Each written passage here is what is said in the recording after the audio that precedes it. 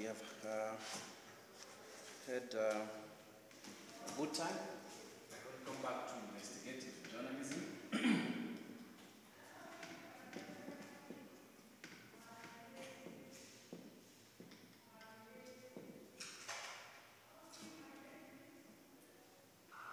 As we continue from where we had left last time, it's good. I always encourage my students to be aware of what is happening around us. So let's keep in tabs with what is happening. The news making headlines, we get to know and understand what is happening around the world. Yesterday we saw the swearing in of Donald Trump as the President of the United States. Which number does he hold? 48. Is it 48 or 47?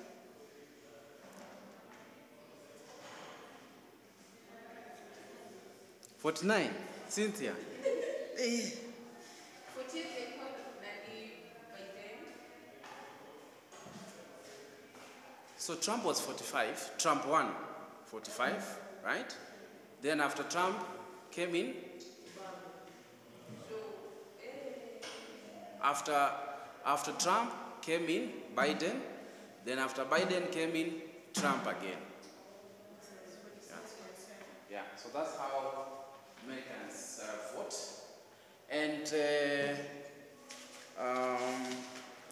the terms is for how many years? 4 years, right, correct. So the term is 4 years. And they are quite democratic. Kamala Harris did concede at the time that the results were announced. In Kenya, we don't see that. The candidates don't concede defeat. They go to court, even before we know who has been president-elect. So it's quite a situation.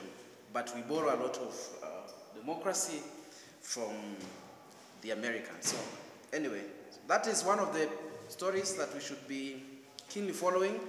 After that, we saw that President Trump did withdraw from World Health Organization, that they are not affiliate members of WHO.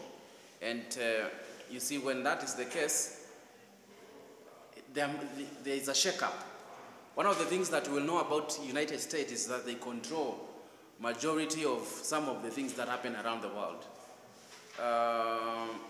They also banned TikTok, but I saw that it was later reinstated, but also there has been back and forth. The origin of TikTok is from China, and we know that US and China, they have been into constant fights because both of them are what we call superpowers, and both of them want to control the economies of this world. But anyway, those are some of the things. The logo of WHO, have you seen it? The logo of WHO, World Health Organization. Have you seen it? The one with the bronze serpent. Yes. What does that snake insinuate? The snake that Abraham told the Israelites to look upon so that they get healed. Some of us, when we see a snake, we don't have anything positive about snakes. My thinking was maybe Trump is a staunch Christian. You saw there was this minister from, is it Nigeria? What was his name? The one who was ministering in the breakfast prayer meeting. The one uses trumpet.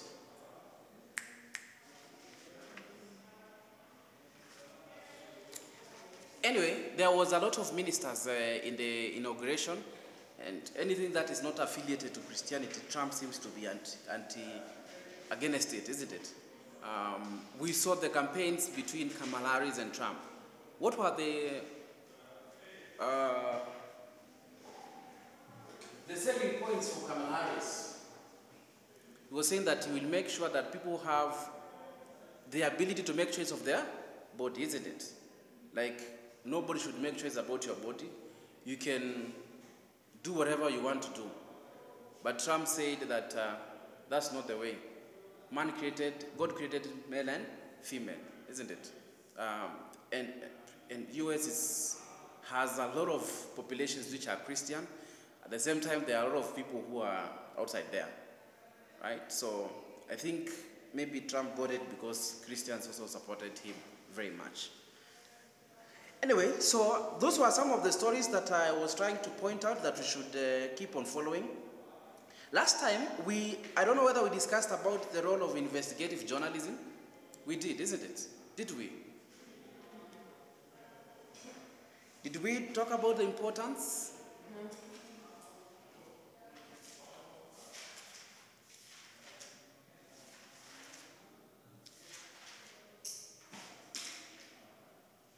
So let's start with techniques. The techniques of an investigative journalist. What are some of the techniques? Techniques of an investigative journalist. We said in our previous class that these are not ordinary people. Right? There are people who all go out of their way to look for information that is maybe sometimes hidden or it is not easily dispensed because of the nature and the sensitivity of the whole story. I remember we had a discussion about the types of journalists, investigative journalists that we were discussing. And Rachel did point out very interesting people who have an ability to, detect spirits and all that. Yeah? And we were able to have a quite interesting discussion. But I want us to look at the techniques. If you are an investigative journalist, there are some of the things you must possess. The first one is what I've been talking about. So the first one is research. This is the first technique, and research is not easy, by the way. Research is not just comparing notes. It's trying to see whether the notes have relevance, trying to find out what have other sources spoken about the topic of hand. If you are discussing about a scandalous project, surely there are people who have done research about particular affiliate projects. You find information about them. What have they said? What is their angle? So research is the first technique, and we say you conduct research from various sources, including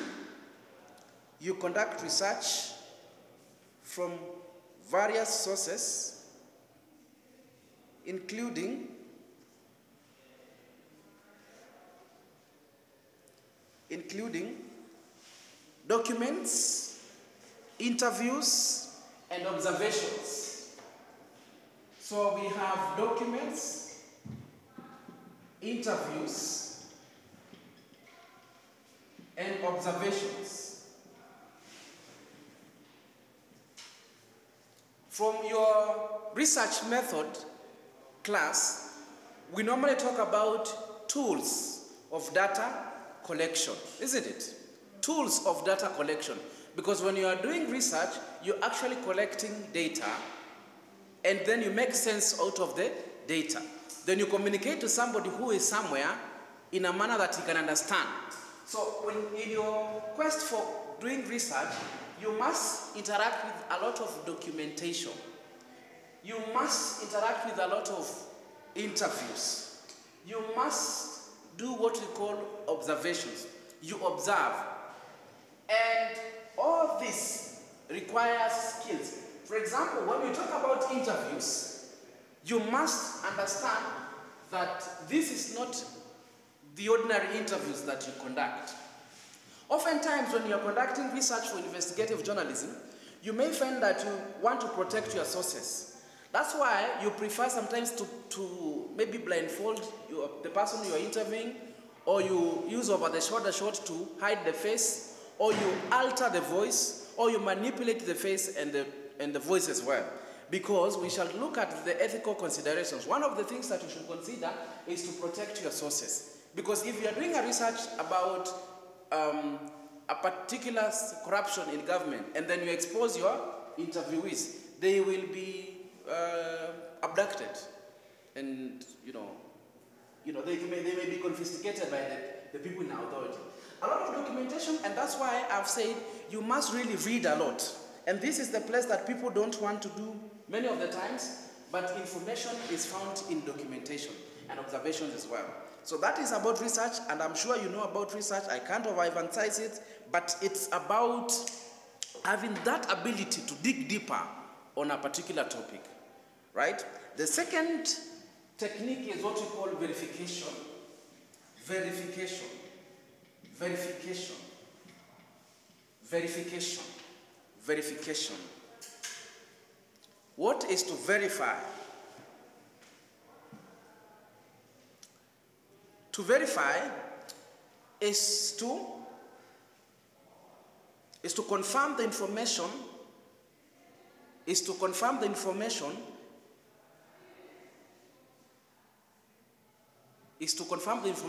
gathered through fact-checking, is to confirm the information gathered through fact-checking.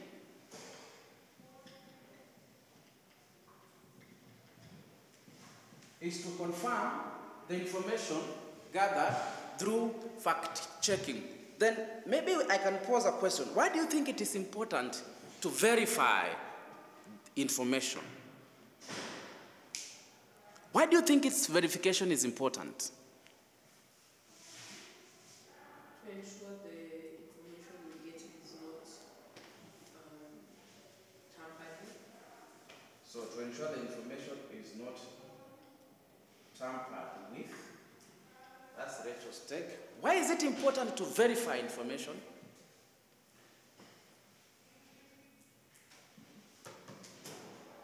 If you don't verify, some of this information may cause conflicts among the people involved or the people affected, either directly or indirectly. So there is the issue of conflict if the information is not verified. Why is it important to verify information? Yes, Arnold. To make some corrections.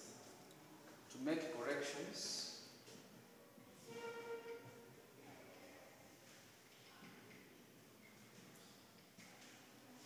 So, the reason why I'm asking that question is investigative journalists do not conduct ordinary stories. So by the time you drop a piece of an investigative story, then there must be what you call impact. So one of the reasons that you verify is not to run the risk of communicating false information. If you have done a piece about the first family, and chances are it's a story worth investigating, then you get the information wrong. Do you know what will happen to your life? It can be, number one, the end of your career, automatically. Then number two, you might be as good as done. Serious crime stories have serious repercussions. So you don't want to run the risk of lying. You want to get the information correct. You want to make sure that you only disseminate factual information. Not the right information, factual. You know there's a difference between right and factual. It is right to say that as a journalist, as an investigative journalist, you expose, for example, malpractice. But in the process of exposing, you must be very factual. So that is a very important thing about verification. You don't hurry things here. That's why you can't do an investigative story in one day. as opposed to news, isn't it? Investigative stories take a bit longer of time. Another technique is analysis. Number 3, analysis. So the first one was research, then analysis. Analysis.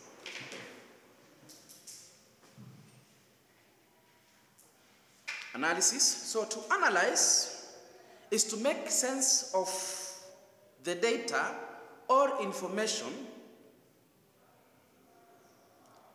To analyze is to make sense of data or information, to identify the significance and the implications of the findings. Make sense of data or data, right? To determine the significance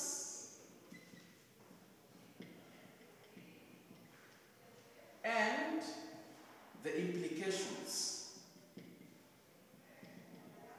To make sense of the data and the implications of the finding.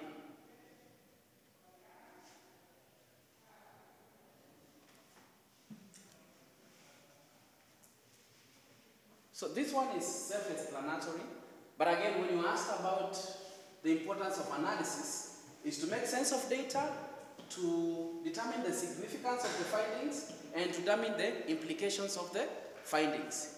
This is chapter what? Chapter 4. After chapter 3, you go for data collection.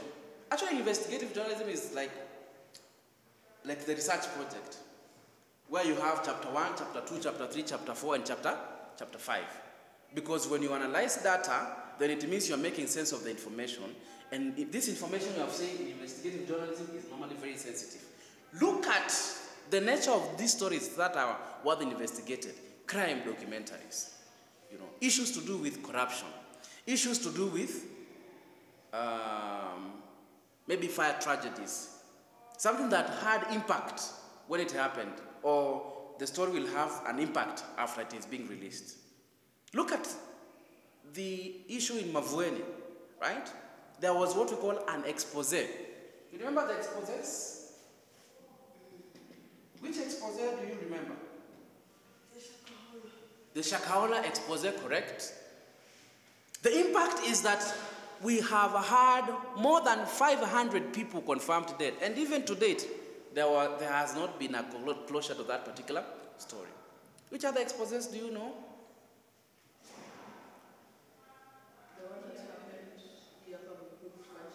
Mukuru kwa Jenga, about the way of life. Which other expose you know? We should have interacted with these exposés.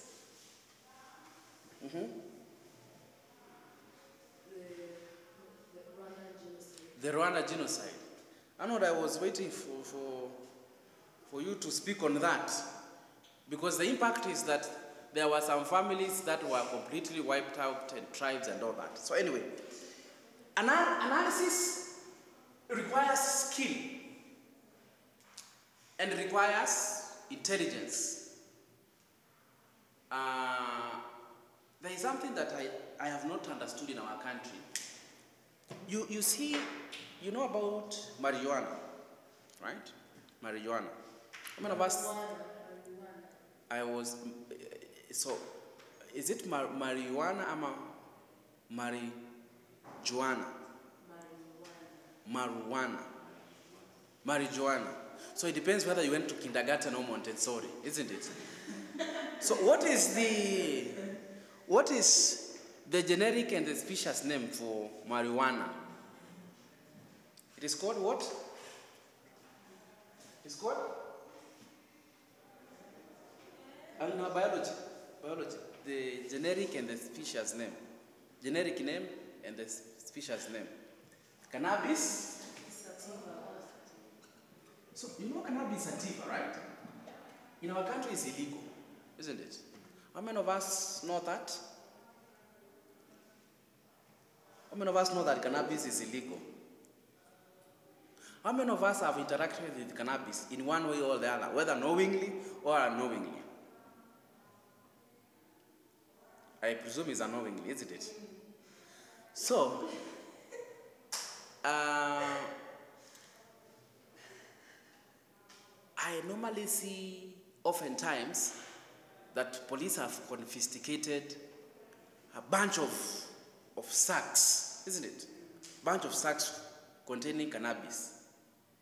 And then we are not told after they have confiscated where they go. And then they tell us the bags were worth billions and millions of money. How do they know that they are worth that money? They sell. Or you're using maybe. So I have wondered, could somebody now do a story of the business about marijuana in the country? Because I am persuaded that Kenya is actively consuming it without maybe sometimes even knowing. There are products which have marijuana, isn't it? And to the best of our knowledge, we've been told that there are some which have beneficial value, like medicinal purposes and all that. I am not sure whether that is correct, but how many of us tend to believe that? How many of us tend to believe that they have medicinal value? This is where we keep quiet. If you ask me, I don't always think that it's a bad drug. Because there are countries that like Jamaica, like they consume it freely, and yet people, we always see people. It's not over exaggerated as it is here. Me, I don't know why it's not illegal, but I must not even find a reason for it to be illegal. You don't find a reason for it to be illegal. There was a presidential candidate in the last general election that was known as Professor Jacoya. Professor Jacoya was trying to give us the beneficial value of this particular drug, and he gave us case studies of how other countries have used it, and they have been able to get something out of it. So, Jamaica have legalized it. I have not seen them go mad. They are just up and about. But my point is, I think it's a story worth investigating about. Especially, could it be that there are some people who are taking advantage of confiscating the bags and then they use it for their own benefits?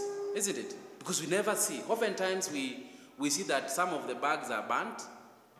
I don't know whether they are burnt to their entirety, or some of them actually, we just see the pictures being posted and that's it. We wait for the next one. All right, so that story, I believe for me, we need to find out so many things about this particular drug, whether it is as perilous or dangerous as you've been told.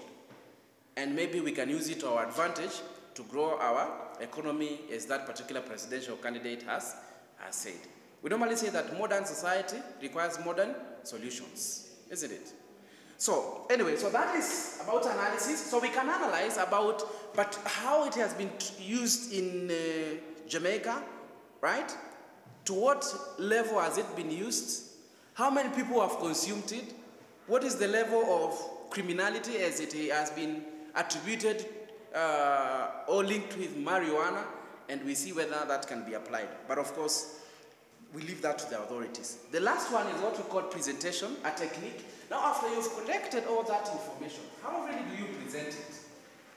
How do you present this information?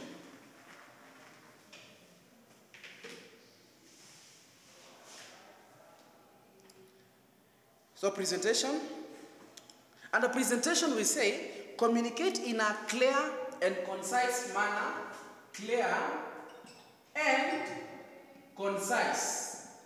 Clear and concise manner. You communicate in a clear and concise manner communicate in a clear and concise manner through articles, reports, and documentaries. Articles, reports, documentaries.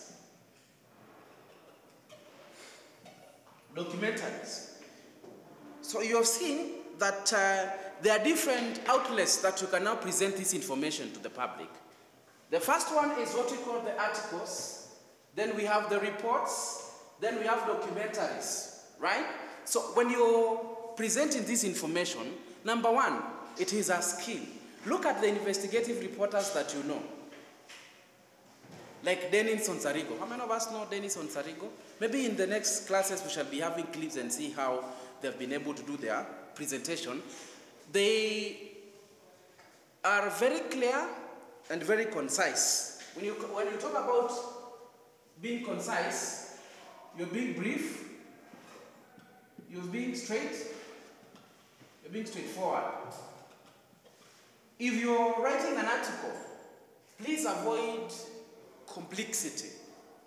Don't be bombastic, right? Write in a clear manner that people can, because remember, the people who you are sending this information to are not homogeneous, are heterogeneous. You may be communicating to the people in our country, you may be communicating to the people who are elites, maybe in towns and all that. People who are educated, others are uneducated. So be very,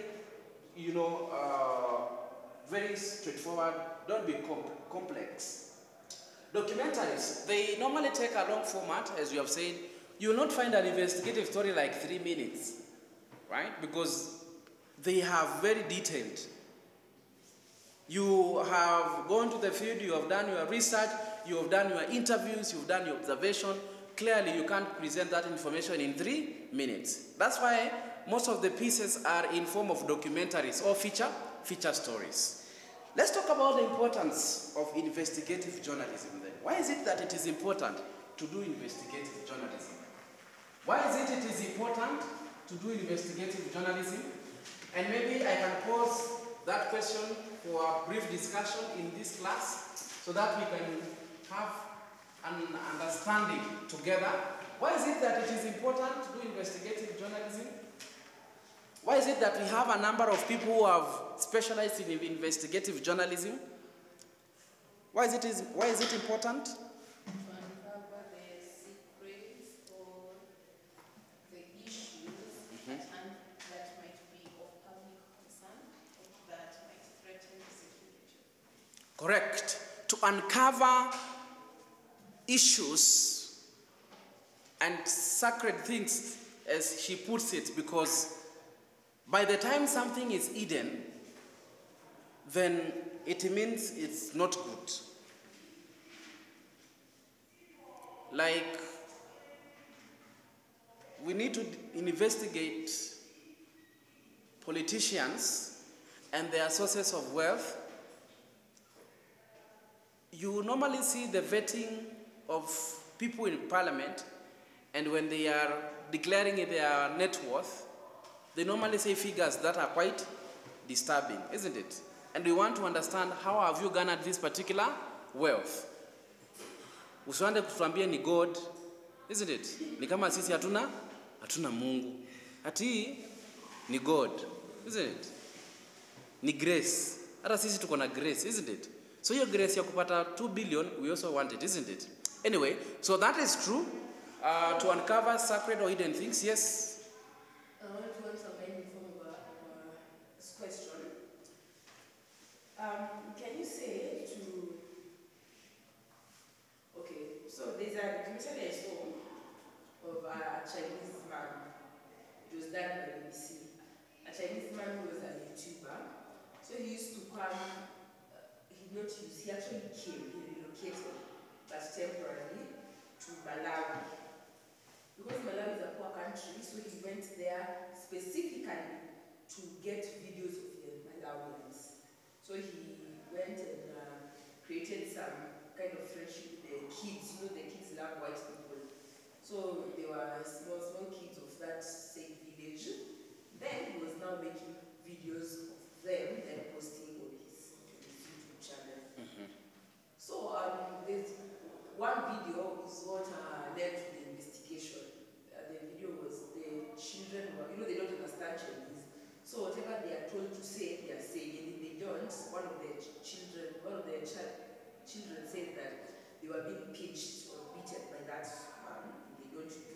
Chinese person. Yes. So for that video, they were saying, they were told to say, you can hear the Chinese man speaking in the background. He's saying something in Chinese, then they're repeating. So They're repeating in Chinese? Yes. So the journalist, apparently, she studied Chinese, so she would understand. So the children were saying, they were shouting and then saying, happily, I am a black monster and I have no IQ. So that it sparked reactions and contradictions. So that's what led to the video. But now apparently the journalists were not able to find out where exactly the video was taken. So they did their research, to this specific YouTuber to see if they could get an area. So they were able to find out it was in Malawi. But now they don't know the exact place. So in one of the videos that they were just looking, they spotted a video that they had done, and behind them was a banner in the initial location, maybe where they are. So they went and found that it was a company.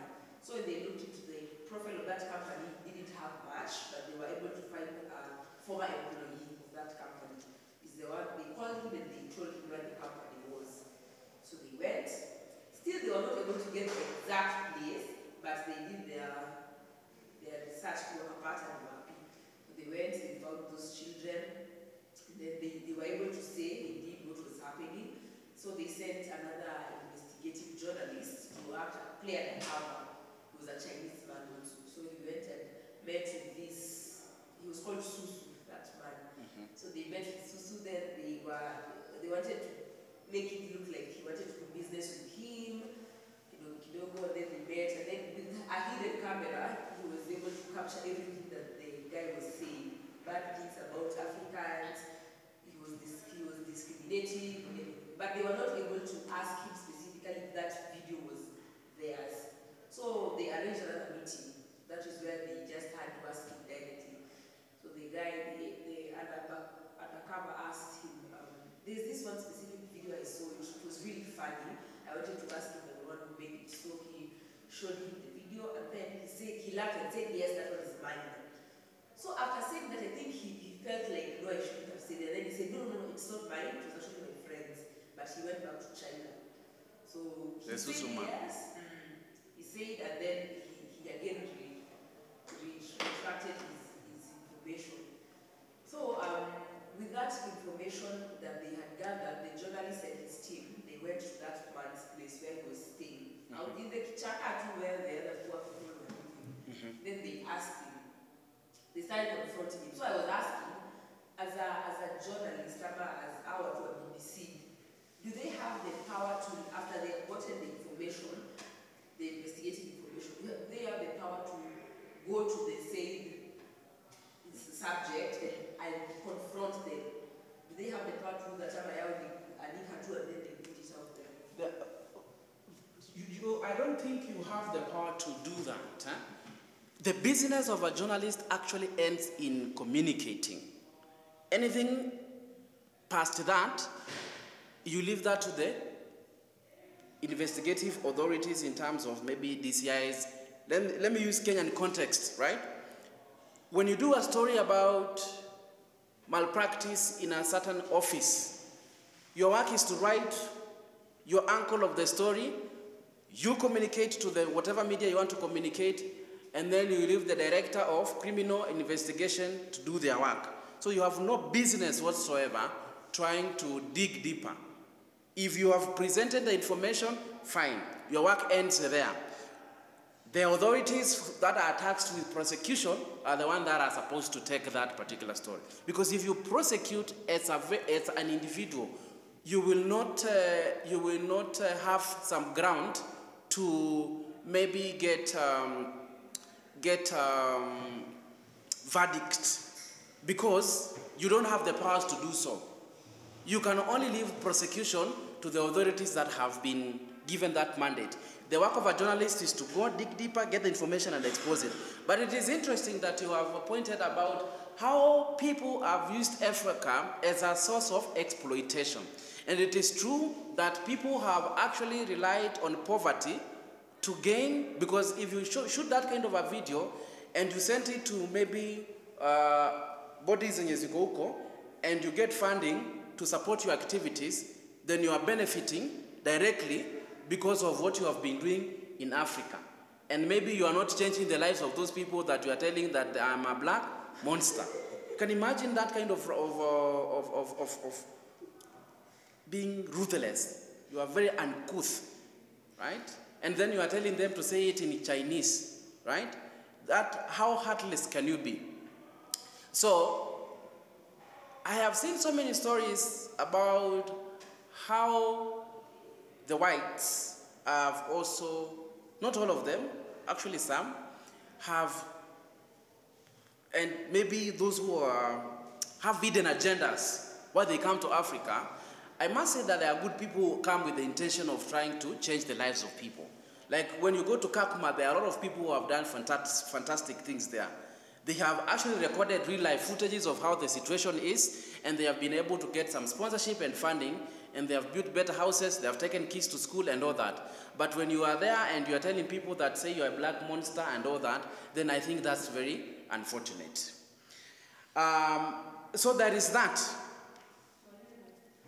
On what grounds do the investigative journalists go? On what grounds do they get involved when they come to, you see, after they've done their research, they've now uncovered these crimes. Some usually go to the crime scene with the DCI. There's some documentaries where you see the end product is when the DCIs, the authorities go to raid the criminals, or when they go to arrest, and they're usually with them. Yes. So on what grounds do they have access to go and do such things? Is it because they are press, or is it because they are the ones who uncovered those crimes?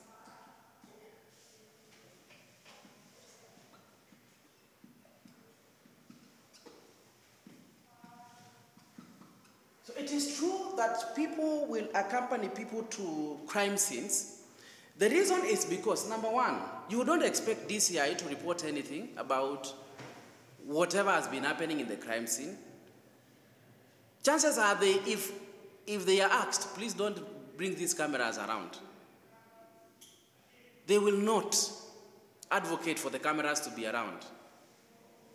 But it is because that the work of the media is to make sure that what is happening there has to be captured there and then. And it has to be told to the public because that is of public interest. If you ask this, for example, DCI people, they won't prefer press to be there. So you saw what happened to Mavueni. There's a time they now told people, the camera people, please make sure that you are placed maybe 500 meters away from the surrounded area. Because they don't want press there. There are scenarios where press is actually denied access. Now when the story becomes quite sensitive, like for example, if it's something to do with bodies and all that, they don't allow press to come inside. Of course, because of the sensitivity of the footage anyway. But the reason why you find people even follow up to the crime scene is because you have to be authentic as journalists. You have to be the person reporting real-time information. If you don't do that, then who will do that? Nobody will do that. And that's why they normally ask, where umetoka media gani, where umetoka media gani. If you are going there and you don't have, for example, a press card and you're a freelancer, you cannot access that one. You cannot. You cannot. Look at the people who have done investigative stories. John Al-Nam was affiliated to a media house. Muhammad Ali was working at Standard. Denison Sarigo was at Standard. So all those people must be affiliated to media houses or they work in media houses. If you go there as Kelvin, as Arnold, and possibly you don't have a press card, you are not accredited as a journalist, you cannot record any footage whatsoever because you are referred as an amateur. And there is no professionalism in amateurs. So if we don't go to the crime scene, then we will not know that this is what has happened. So we must be there. So, importance. The first one is holding power to account. That is, yes, Victor. So, on the research, yes. How long should the research be? How long? The research, how long the research should be depends on have you achieved the information that you want. If the research can take a week and you have found out what you wanted to find out, then that information is ready for dissemination. But I don't have a specific timeline that you could say that I need you should work like in 2 weeks or 1 month. No. What informs you to communicate after you have done research is whether the objective has been met. So it's up to you to make sure that you do your research dedicatively. When you dedicate yourself maybe Monday, Tuesday, every day to do a piece of story, maybe you can conclude that particular story. There are stories which take even months to finish, recording everything and finding your findings right. So again, we have said you don't want to run the risk of giving information that is not true. Verification of information may take a little bit of time. These interviews, you book an appointment to a person in an office and then they keep on changing their time based on their calendar. So again, it depends on have you achieved the objective of the research. Holding power to account is the first importance. Holding power to account, and we say investigative journalism helps to hold those in power accountable for their actions. Investigative journalism helps to hold those in power accountable for their actions. Exposing corruption, abuse of power, and wrongdoing. Investigative journalism helps to hold those in power accountable for their actions. Exposing corruption, abuse of power, and wrongdoing.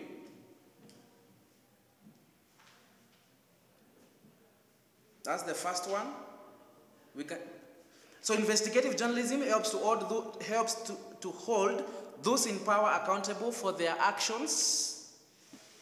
Exposing corruption, abuse of power, and wrongdoing. That's the first point. The second point is exposing truth. Exposing truth.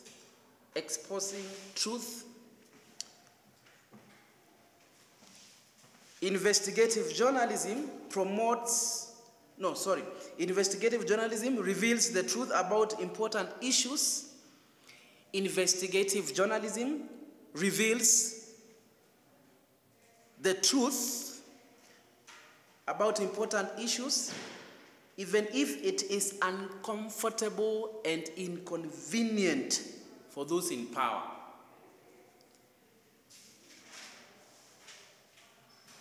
It reveals the truth about important issues, even if it is uncomfortable or inconvenient for those in power.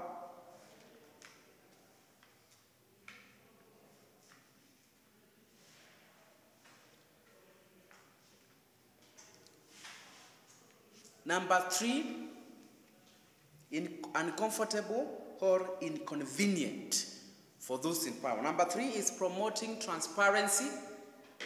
Promoting transparency.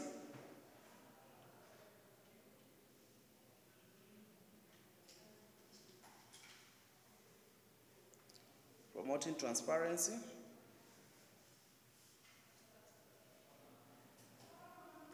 Investigative journalism promotes openness. Investigative journalism promotes openness. In government and institutions, promotes openness. In government and institutions, openness. In government and institutions, helping to prevent corruption and abuse of power.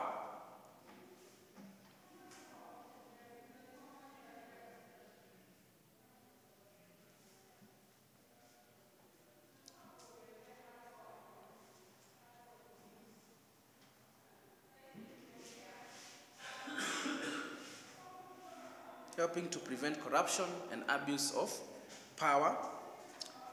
Another point, protecting human rights. Protecting human rights. Protecting human rights.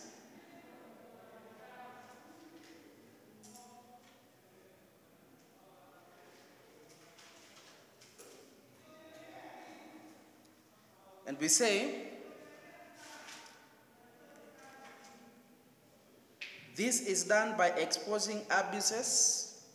This is done by exposing abuses. This is done by exposing abuses.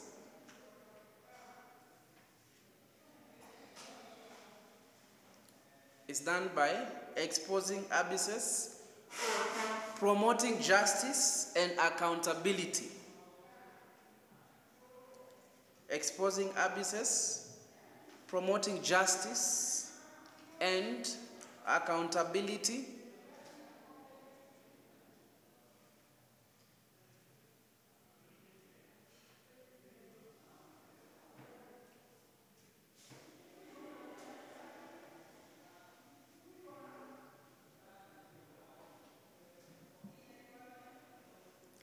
Last but not the least, preventing corruption. Preventing corruption. Preventing corruption.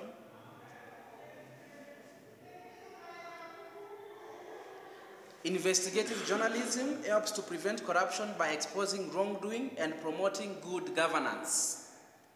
Investigative journalism helps to prevent corruption by exposing wrongdoing and promoting good governance. Investigative journalism helps to prevent corruption by exposing wrongdoings and promoting good governance.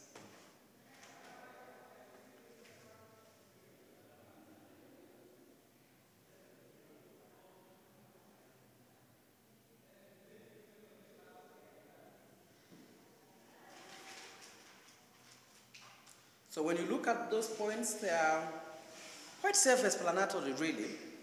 But if I could start from the last point, preventing corruption, I tend to believe when you are not in a democratic governance system, then obviously there is a lot of malpractice in government. We could take so many examples like our neighbors who surround us. When the executive holds a lot of power, and when they are the ones making decisions without involving people, then a lot of things can go south. Are you aware, for example, that we have a deputy president in Uganda and we have a prime minister in Uganda? Many of us know that. We have a deputy president in Uganda and we have a prime minister. How many of us know the president? Obviously, all of us knows who is the president. Why do you think that we don't know the deputy and the prime minister?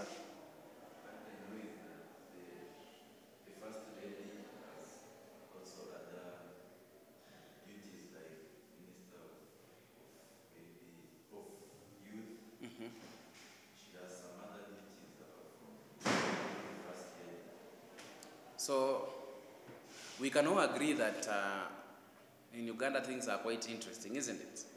In Kenya we know the former deputy president is more famous than the one that is in holding office, isn't it? And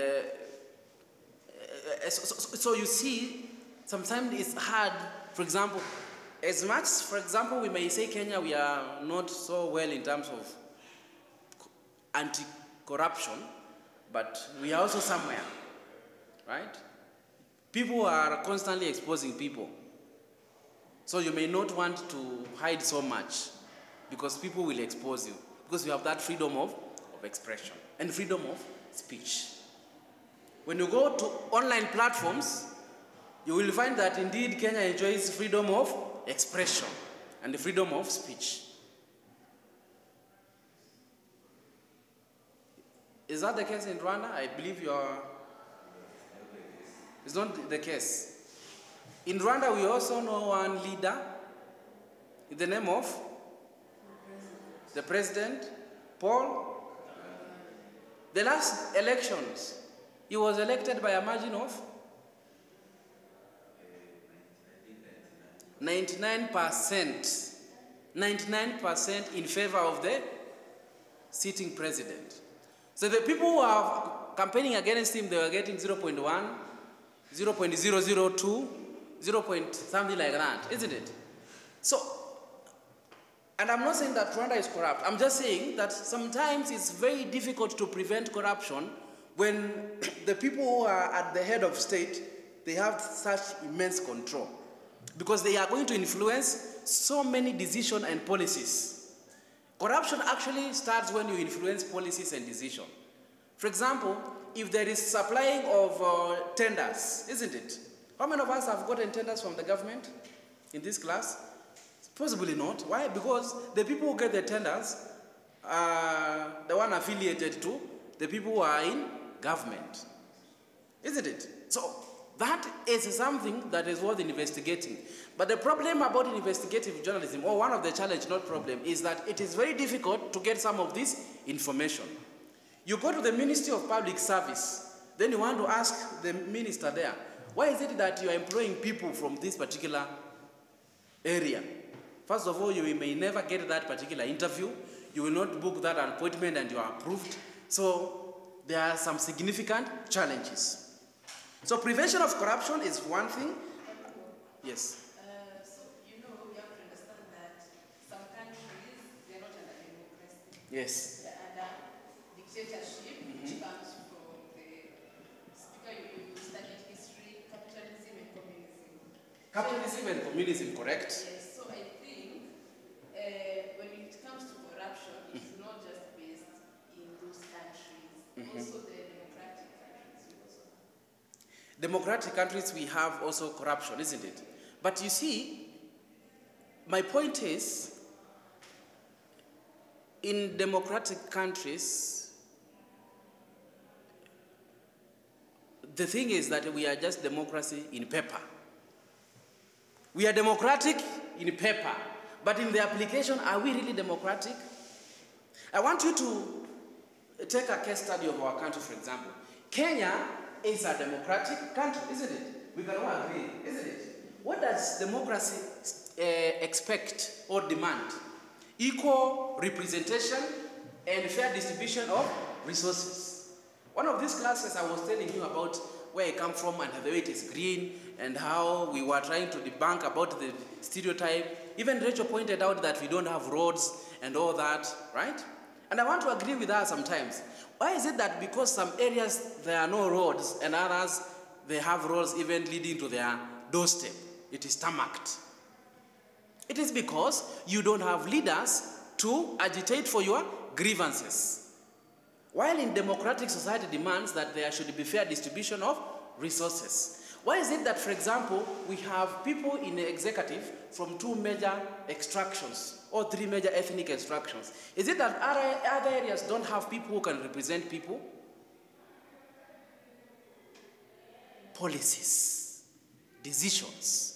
So some people are just democratic in paper. That's the problem. It is very hard for an aristocratic or a dictatorial government to fight corruption. By the way, for your information, Uganda is not a democratic society. I mean, it's not a dictatorial. Uganda is also democratic. No, that is the governance. Like, for example, when we talk about democratic countries, Uganda is one of them, right?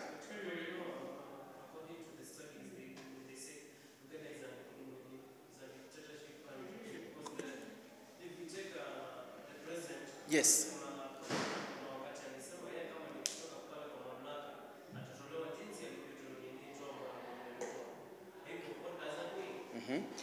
I want to agree with Kelvin, but I want you to understand the point I'm saying. We have scenarios where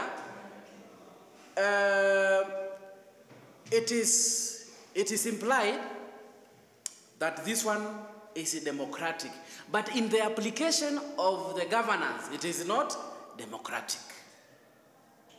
Because Ugandans go to an election and vote. Democracy demands people to go to an election and vote.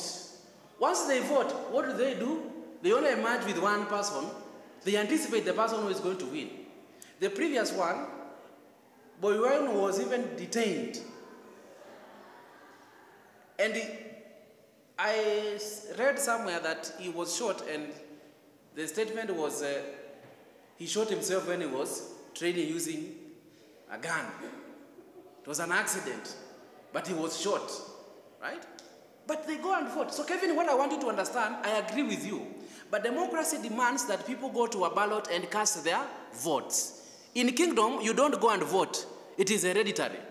After Museveni, we have Museveni Jr. Isn't it? That's how our kingdom works. But they go to an election and vote.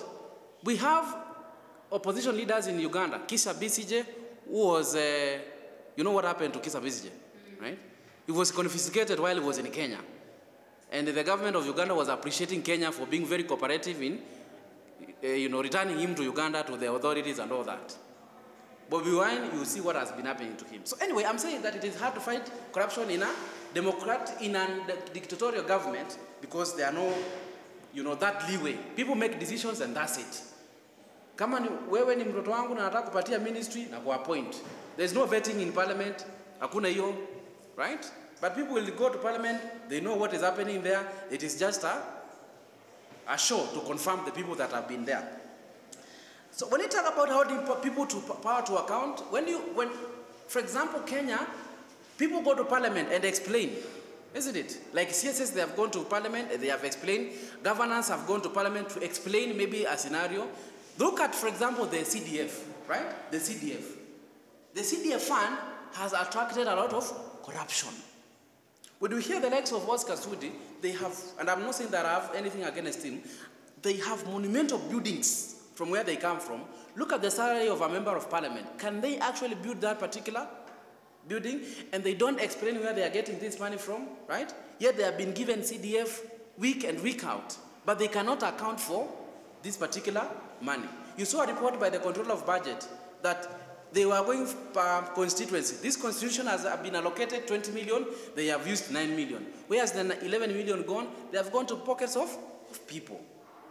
And that trend continues. So when there is a scenario of where people go to parliament and they are called to account, then investigative journalism then performs that role to expose what has been happening in the society. Protection of human rights, it is self-explanatory. You cannot introduce a drug. For example, there are these beauty products. There was one which was introduced and it was affecting ladies, right? Some of their skin orientation was being affected. You change the skin tone. Luckily, you can't change these places, isn't it? You can't change these places. These ones, they remain black, right? They remain black on the toes, on the fingers. And there was a public uproar about that particular product. And some people even died, right? And you see that company was held to account and the product was withdrawn. Something like that, and so forth and so on. Let's finish with qualities of an investigative journalist. That would be the last topic of discussion. What are some of the qualities? Let's discuss about qualities. Now this one goes to the person. What are some of the qualities that that person should possess? The first one is what we call curiosity. Curiosity. The first quality is curiosity. Curiosity. This is a strong desire to uncover the truth and ask questions. Ask questions. That's the first thing. Curiosity. This is a strong desire to uncover the truth and ask questions. Number two, persistence. Persistence. Persistence. Persistence. This is the ability to pursue a story despite obstacles and challenges. This is the ability to pursue a story despite obstacles and challenges. Persistence.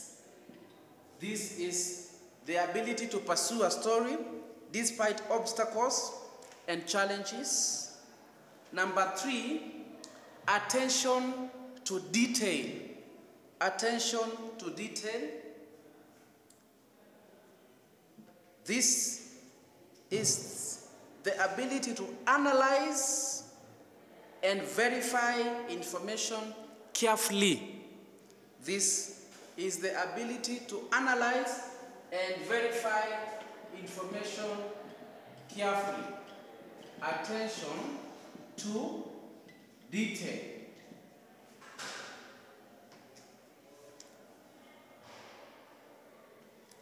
Number 4, or another point, critical thinking. Critical thinking. Critical thinking, the ability to evaluate evidence and draw logical conclusions. The ability to evaluate evidence and draw logical conclusions. The ability to evaluate evidence and draw logical conclusions.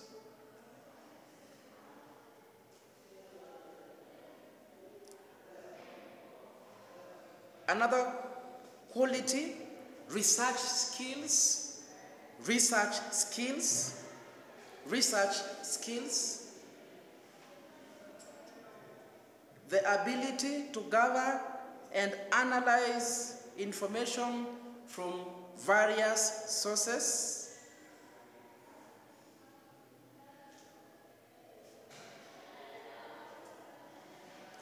The ability to gather and analyze information from various sources.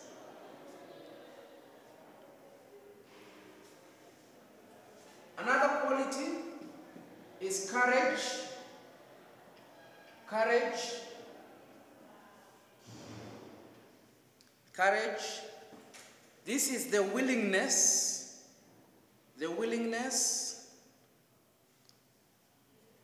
to take risks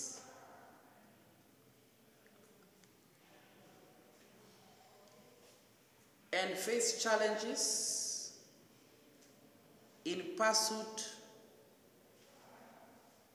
of a story. The willingness to take risks and face challenges in pursuit of a story. Excuse me.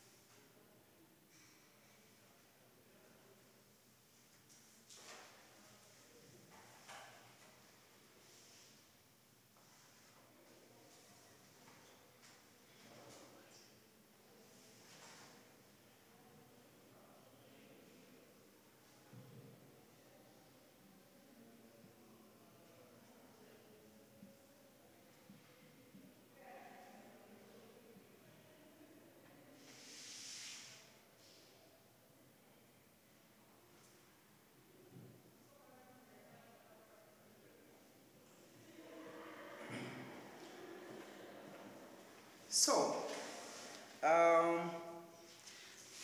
last quality, no, two last, writing and storytelling skills. Writing and storytelling skills.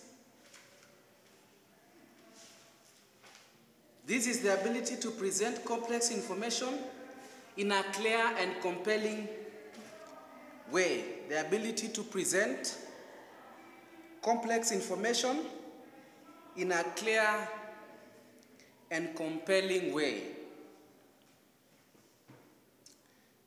Writing and storytelling skills, the ability to present information in a clear and compelling way. Last but not least is what we call independence. Independence. This is the ability to work independently and make decisions without external influence. The other one, I've said, yes? Writing and storytelling skills, I've said that this is the ability to present complex information,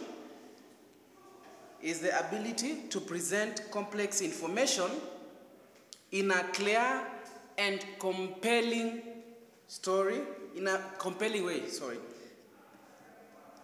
The ability to present complex information in a clear and compelling way.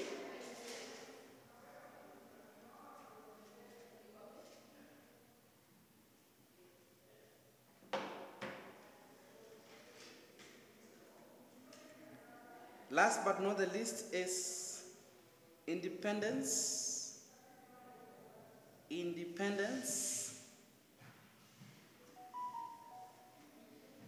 The ability to work independently